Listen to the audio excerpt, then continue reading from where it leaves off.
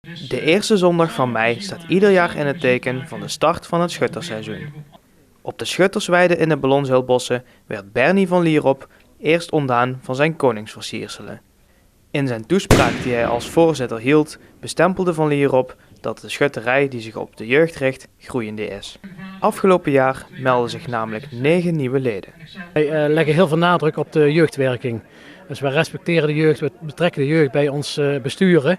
En dat levert ook door de hele provincie op toch geweldige kwaliteitsslag op. We nemen ze mee om ze kennis te maken met het hele geheel. Voorbeelden zijn de kinder-OLS, maar we zien wel dat het echt werkt, want de jeugd voelt zich gewaardeerd.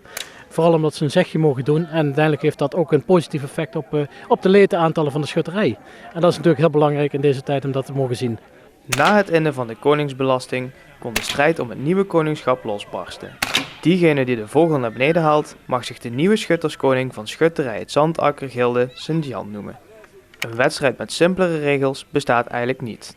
We spelen een eerlijk spelletje. Als wij schieten is het gewoon raak is raak en mis is mis. Iets anders kan er niet bij komen. En dat is voor ons wel heel belangrijk. En de jeugd voelt zich ook thuis, want ze kunnen een eigen zegje doen. Ze hebben een eigen programma daarnaast. En wij waarderen ze ook. We geven ze de kans om zich te organiseren en meer dingen te doen buiten Schutters en Gildewezen om. Ook bij de jeugd werd er geschoten voor het koningschap. Voor Mandy van Ree stond er zelfs een keizerschap op het spel wanneer zij dit jaar voor de 3e keer op rij koning wist te worden. Helaas voor haar ging Silke Krijnen er met de titel jeugdschutterskoning vandoor. Bij de mannelijke schutters werd de strijd in de 11e schietronde beslist.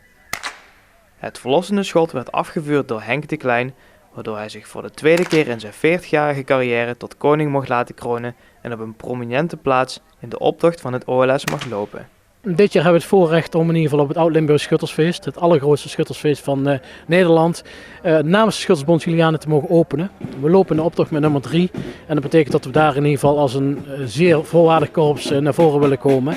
En daar kunnen we altijd op zoek naar nieuwe mensen, nieuw bloed van 0 tot 80 die erbij kunnen komen, om daadwerkelijk ook het schutterij te komen beleven en met name te voelen. Want we merken mensen die eenmaal hier zijn, het schuttersbloed naar binnen krijgen, die blijven gewoon verlet. En dat gevoel willen we ook overdragen naar de gemeenschap toe. Het OLS vindt op 9 juli plaats in de Belgische Maasmechelen.